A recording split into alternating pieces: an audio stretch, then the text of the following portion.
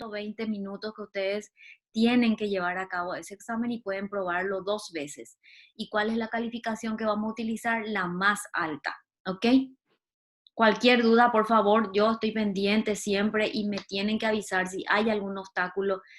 Yo tengo una comunicación directa con la gente de la parte técnica. Entonces, si ustedes tienen algún problema, si alguno de ustedes me escriben en el privado, si no lo quieren hacer en el grupo y nosotros ya vemos qué es lo que está pasando con ese alumno. ¿Les parece? Excelente, profe, muchas gracias. Bueno, vamos a iniciar entonces nuestra clase. Solamente traigo una unidad, que es la unidad 29. Y vamos a leer, y en la próxima clase que va a empezar a las 8, a las 20, entonces vamos a ir dando un repaso. Bueno, vamos a iniciar entonces.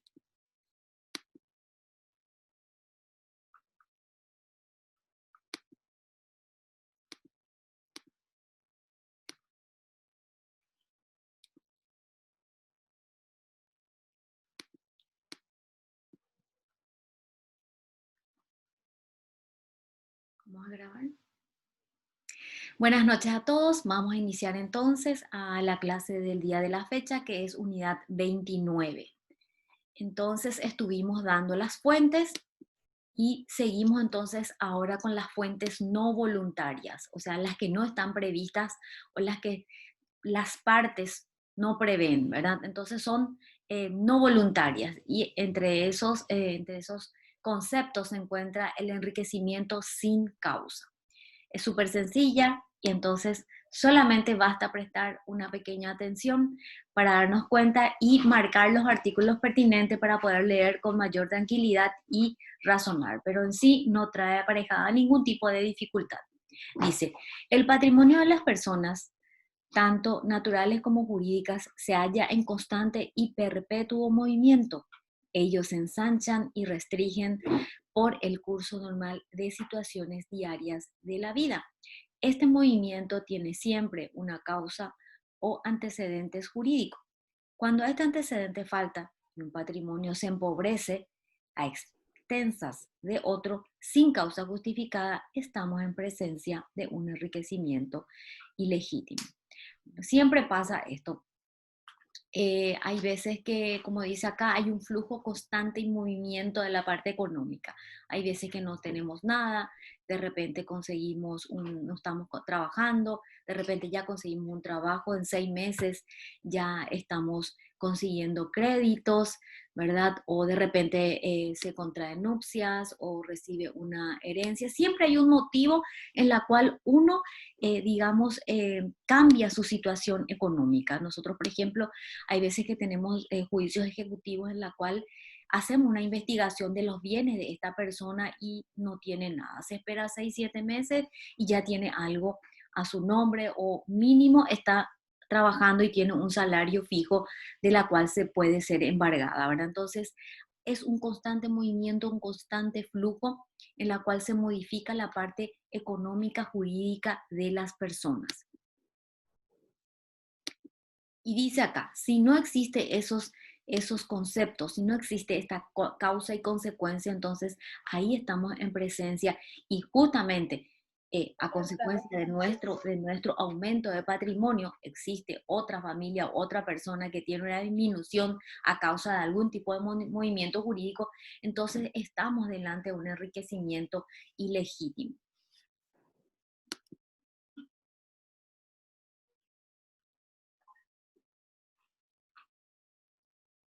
Dice enriquecimiento sin causa, antecedentes históricos. Bueno, dice la teoría del enriquecimiento tiene su origen en Roma, a fines de la República. Entonces, a ver, monarquía, república e imperio. Ya a un buen tiempo ya el derecho romano ya venía estableciendo entonces lo que es este elemento importantísimo. Dice, aquellos juristas, si bien no llegaron a elaborar una teoría de enriquecimiento sin causa, lograron salvar algunas situaciones provenientes de él mediante las siguientes condiciones. Sine causa indebitis, causa data, causa non secota. Dice acá, Entonces dice, nuestro código regula la figura de los artículos entre 1817 y siguientes, estableciendo los efectos y consecuencias que se derivan de la situación. Entonces, sin ninguna causa no se puede enriquecer o no puede aumentar los bienes, como dice acá esta premisa del derecho romano. Es su teoría. Y los artículos que tenemos que leer son 1817 al 1825. La figura en el Código Civil dice, el artículo 1817, ratito, 26, genial, estoy muy contenta por la participación de todos mis alumnos, buenísimo. El que se enriquece sin causa en daño de otro está obligado, en la medida de su enriquecimiento, a indemnizar al perjudicado la correlativa disminución de su patrimonio, cuando el enriquecimiento consiste en la adquisición de una cosa cierta. Corresponderá a la restitución en especie, si existe al tiempo de la demanda. Según este artículo, el enriquecimiento sin causa es en beneficio o en ventaja de la naturaleza económica, por una en menoscabo del patrimonio de otra, y que carece de absoluta justificación.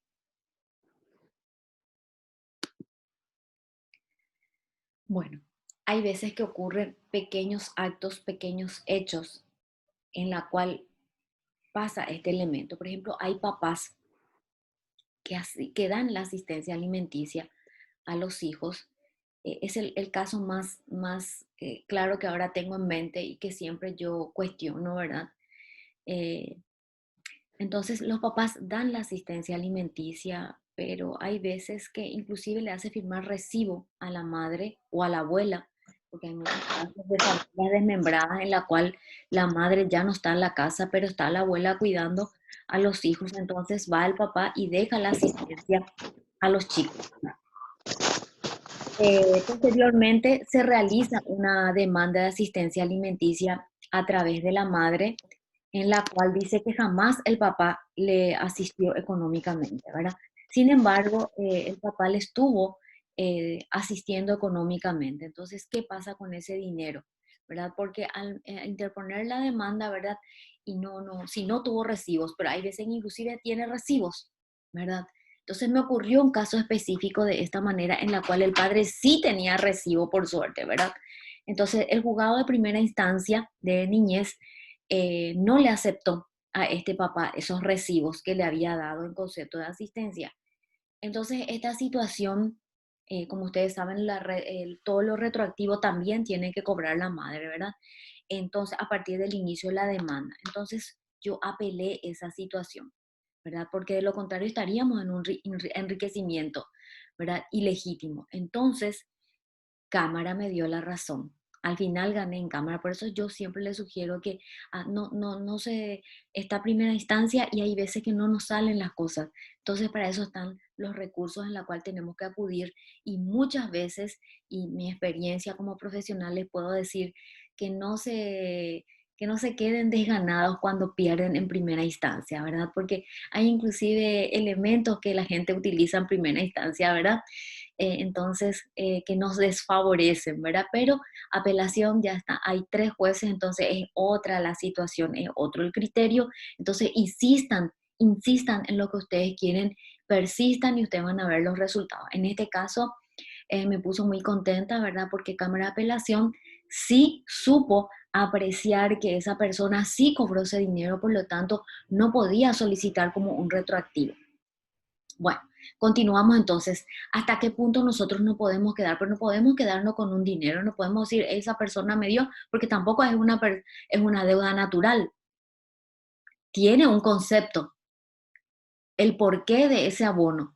Por lo tanto, no nos podemos quedar con ese dinero si no nos corresponde y también podemos reclamar si ya entregamos y no nos quieren considerar, ¿verdad?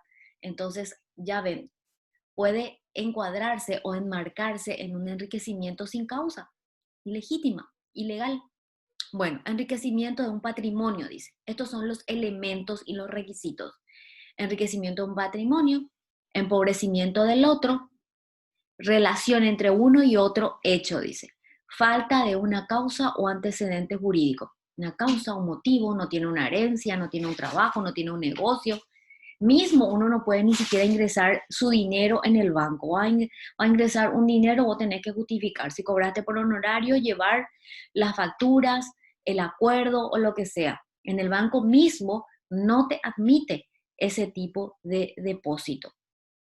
Dice la consecuencia jurídica del enriquecimiento sin causa es la obligación legal de resarcir impuesta a la persona cuyo patrimonio se acrecienta, o sea, aumenta, a favor de aquel cuyo patrimonio se ve socavado. Uno disminuye y otro aumenta. Efectos límites de la acción, dice. El perjudicado por enriquecimiento sin causa tiene derecho a promover la acción indemnizatoria en la medida que se enriqueció el demandado. Si el enriquecimiento consiste en la adquisición de una cosa cierta, un objeto, ¿verdad? Corresponderá a la restitución en especie si la cosa existe al tiempo de la demanda. Artículo 1817. El que se enriquece sin causa en daño de otro está obligado, en la medida de su enriquecimiento, a indemnizar al perjudicado la correlativa disminución de su patrimonio. O sea, en la misma medida, lo que quiere decir. Cuando el enriquecimiento consiste en la adquisición de una cosa cierta, corresponderá a la restitución en especie, si existe al tiempo de la demanda. Esto es lo que dice el artículo 1817, pero no hay óbice, no existe obstáculo para acordar otro tipo de cosas. Ustedes saben, porque el acuerdo entre las partes es como la ley mismo, dice, ¿verdad? Entonces, pero si uno de los dos se resiste y existe ya una demanda, entonces se tiene que aplicar lo que manifiesta, lo que reza el 1817, en caso de cosa cierta, en caso de incierta, en caso de dar cosa. Entonces, el 1817 establece específicamente cómo el juez va a entender en la causa, ¿verdad? Porque una vez que las partes ponen a disposición del juez dicha acción, se exponen a la decisión del magistrado. No hay caso. Por eso hay que tratar de siempre de llegar a un acuerdo, ¿cierto? Hay veces que no hay otra solución. Entonces uno espera la resolución del juez. Pero si se puede, en la mayoría de los casos, igual nomás el abogado interviene y media, hace esa mediación prejudicial que hoy en día está tan de moda para no entrar en conflicto. Igualmente tiene que cobrar los honorarios y va a cobrar más rápido, porque si el caso se resuelve lo antes posible, porque eso es lo que tiene que hacer el abogado, hacer en llegar en buen término, en buen tiempo, y la rapidez, ¿verdad? Que está tan lenta nuestra justicia, ¿verdad? Eso es lo que buscamos, que sea lo antes posible, lo más rápido posible. ¿Por qué? Porque hay gente que no puede disponer sus bienes, no puede disponer su plata, tiene ahí pendiente una herencia, no se ponen de acuerdo, y bueno, como yo siempre les digo, mientras más se peleen y más discutan, entonces eso se va a perdiendo, porque si los bienes tienen que llegar en tiempo y forma para que sea efectivo, si no, no vale la pena. Hay gente que fallece y no recibe su herencia, o no recibe sus intereses, indemnizatorios o lo que sea.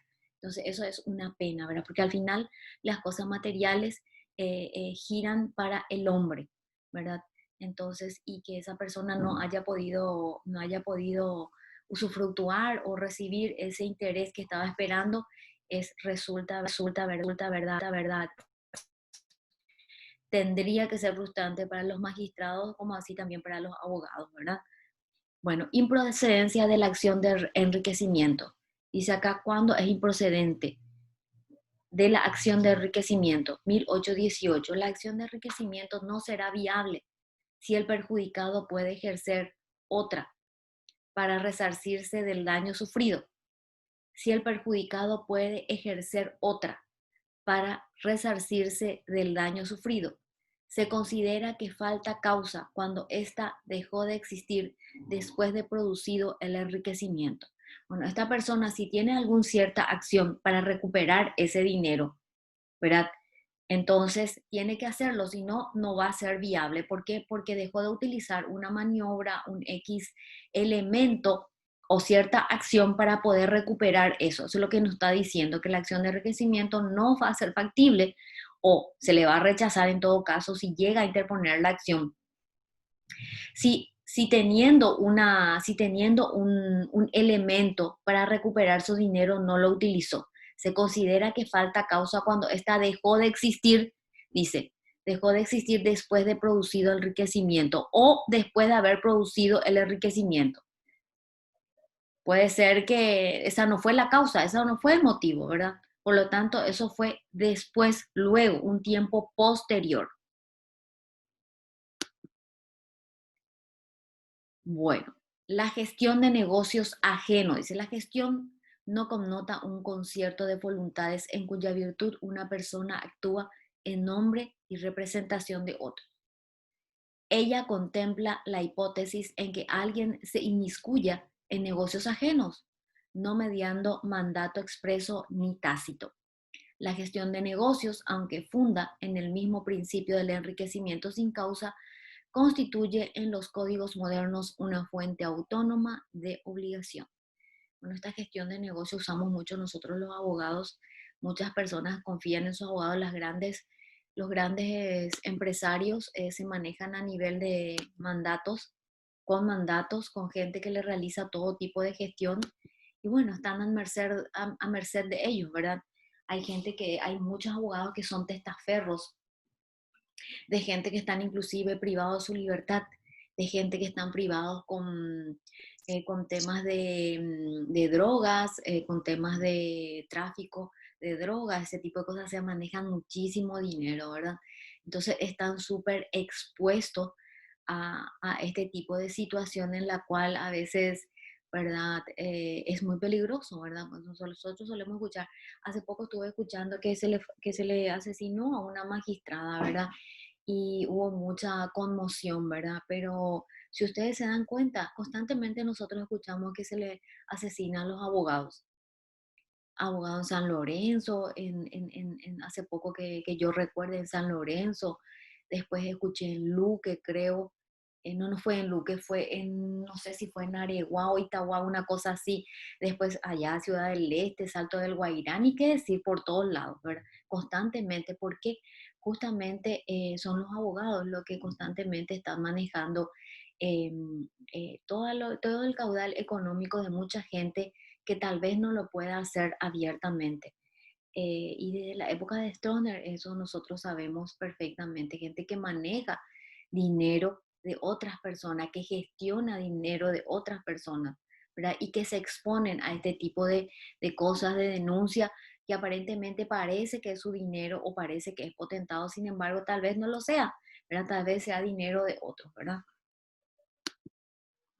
Elementos, dice. ¿Cuáles son los elementos? El gestor debe contar con la capacidad necesaria para contratar. Nosotros sabemos cuál es la capacidad que necesita esta persona, ¿verdad? La capacidad de hecho. La gestión debe versar sobre un negocio que no le pertenezca, es decir, que sea de otra persona, ¿verdad? Entonces, bueno, yo no puedo ser gestor de mi propio negocio, sino yo estoy operando en ese negocio jurídico como titular de ese derecho. En cambio, cuando estoy gestionando, eh, ustedes no suelen ver cuando van, por ejemplo, alguna institución, yo sé que muchos de ustedes ya trabajan, te pide autorización para que puedas operar, para que puedas solicitar documentos ante la SED, registro civil y ese tipo de cosas, o ni gastos de temas bancarios financieros, ni qué decir. Dice, debe ser emprendida con ánimo de obligar al dominus. Dice, en caso contrario, se trataría de una liberalidad. Tampoco puede disponer, ¿verdad? Seguramente que tiene límites aparte de rendir cuentas, ¿verdad? Entonces, esta persona tiene que tener esa responsabilidad y se hace responsable del dominio y del absoluto cuidado que tiene que tener sobre esa gestión ajena, ¿verdad? Porque recordemos que estamos trabajando para otra persona. Tengo suficiente capacidad, pero es un negocio que pertenece a otra persona o a una empresa, a una persona jurídica, tal vez puede ser también. Dice, el negocio debe preexistir a la gestión. El negocio tiene que existir antes y luego el, el gestor, ¿verdad? La persona que está gestionando todo lo que tenga que ver o todo lo que requiera ese negocio jurídico. No ser creado por este, no puede ser creado por este. ¿Cuáles son los efectos? Bueno, dice, debe continuar y conducir a término el negocio ajeno. Tiene que continuar y tiene que conducir a término el negocio ajeno conforme con el interés y la voluntad presumible de su dueño, mientras que éste no esté en condiciones de hacerlo por sí mismo. Artículo 1808 del Código Civil. Sería responsable de los daños si los de haberla comenzado la dejase sin concluir. Por ejemplo, cuando un abogado tiene poder suficiente para demandar un derecho y no lo hizo en tiempo y forma, ¿verdad? Puede solicitar esta persona, eh, puede solicitar esta persona algún tipo de indemnización en razón que, y la prueba es el poder que le dio dicho poder para realizar ese acto y no lo hizo en tiempo o en forma, entonces le puede pedir una indemnización. Debe comunicar al dueño del negocio la gestión que asumió y aguardar respuesta para continuarla, siempre que la demora no resultare perjudicial. Artículo 1810 del Código Civil. Eso es lo que pasa, aunque todavía no le pagó, ¿verdad? Aunque no le haya pagado o la parte económica no esté claro, si ya tiene el poder a su nombre, esta persona se expone si no lo hace. Por más que diga, bueno, no me pagó, no me trajo los recursos, yo no puedo viajar sin estos recursos, yo no puedo negociar, ¿verdad? Pero ya está teniendo toda la facultad del momento de tener ese documento que le faculta a interponer ya esa acción o a realizar la gestión pertinente para la cual fue contratado. O sea, tiene muchos efectos jurídicos, son muy importantes que el profesional tiene que considerar, que el gestor. 1811, el gestor queda sujeto a las obligaciones inherentes al mandato. Todo lo que tenga mandato es súper interesante, tienen que leer detenidamente. Dice que entonces son obligaciones propias del mandato. Sin embargo, podrá el juez, tomando en cuenta las circunstancias que indujeron al autor a asumir esa responsabilidad, moderar el resarcimiento de los daños a los que estaría obligado por efecto de su culpa. Vamos a seguir el mismo ejemplo que hace rato les dije. El abogado tuvo el poder suficiente ya en el momento para realizar la acción y no lo hizo en tiempo y forma, perjudicando entonces a la persona que lo contrató. Entonces el gestor queda en ese momento entonces con una obligación y si le llega a demandar una obligación de resarcimiento por los daños que le ocasionó por no haber interpuesto la acción en tiempo y forma como estuvimos manifestando. Entonces, esas son las obligaciones del mandatario. Dice, normalmente responde de toda culpa en el ejercicio de la gestión, pero ahí ya habíamos hablado en donde el juez también tiene que moderar, no hace falta que sea tampoco tan severo, digamos, es algo que se modera. Lo que yo le estoy diciendo, por ejemplo, esta persona, el mandatario puede decir, bueno, está bien, yo tenía el poder suficiente, sin embargo, no obtuve los recursos correspondientes, no me llegó en tiempo o forma, por lo tanto yo no pude viajar, no pude realizar los negocios, no pude realizar los pagos y ese tipo de cosas. En ese sentido, seguramente va a considerar el magistrado todos estos elementos para moderar esa indemnización. Dice, normalmente responde de toda culpa en el ejercicio de la gestión y aún en caso fortuito, si ha llevado a cabo operaciones arriesgadas que el dominus no tenía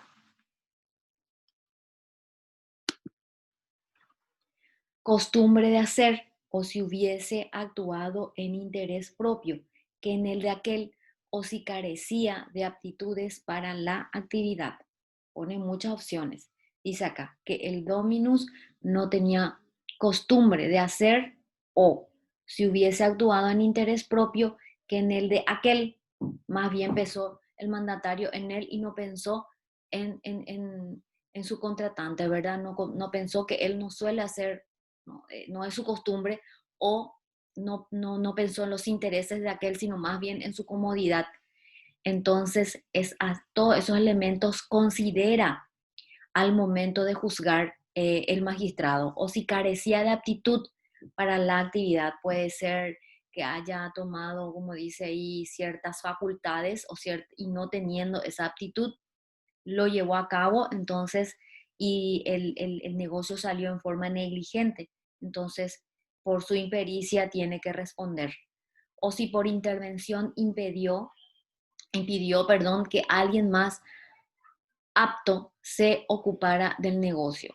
Demasiado específico, es demasiado, es súper bien está este artículo en la cual específicamente la actitud del mandatario se puede encuadrar en uno de estos, sí o sí se le va a condenar a esa indemnización, porque te pone demasiados elementos en la cual no podemos rehuir.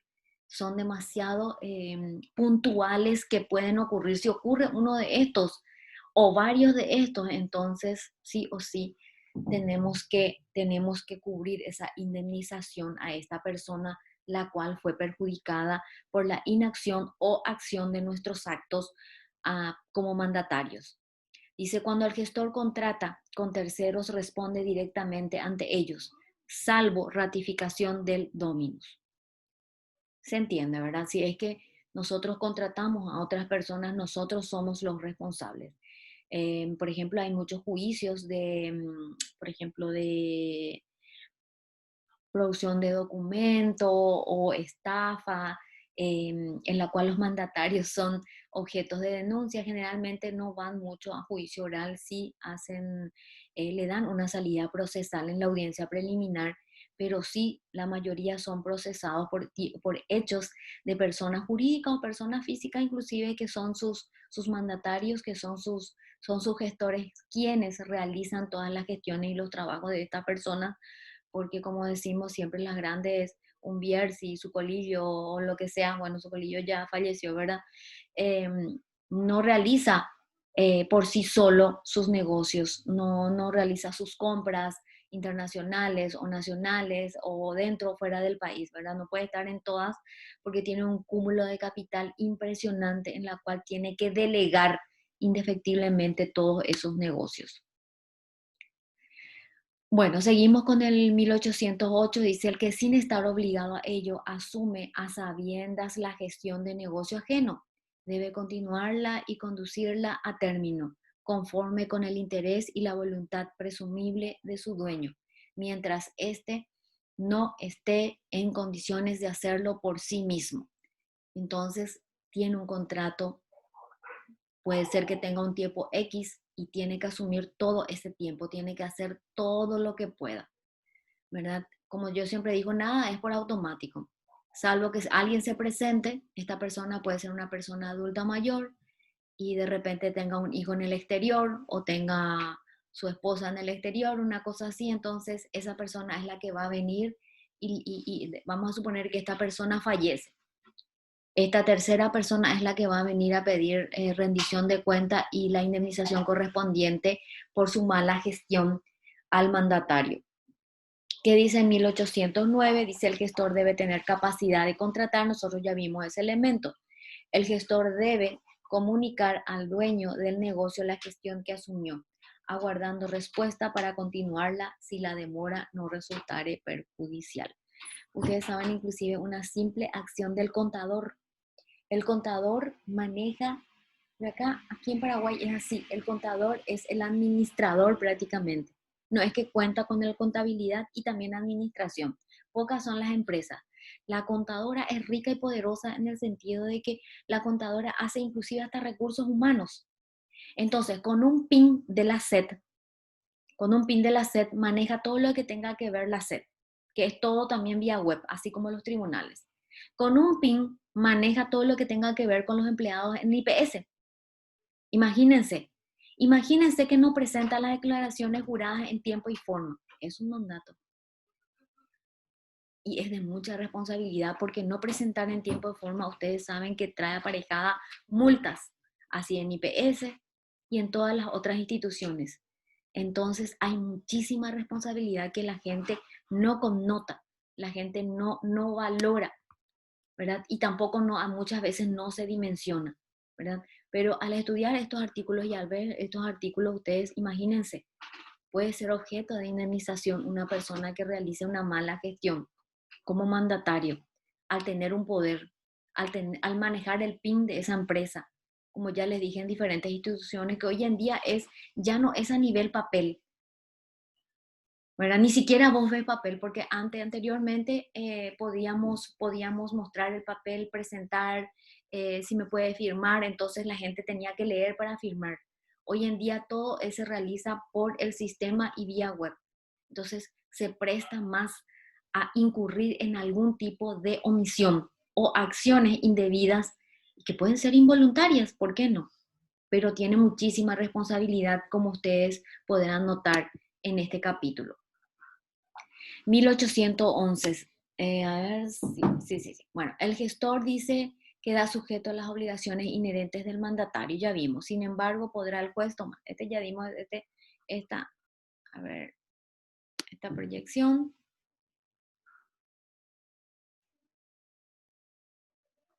Sí, repite nomás el 1811, vamos a pasar al 1812, cuando la gestión ha sido conducida útilmente. Dice, el interesado debe cumplir las obligaciones asumidas por el gestor en su nombre y reembolsar los gastos necesarios o útiles que haya efectuado, más los intereses desde el día en que se hicieron.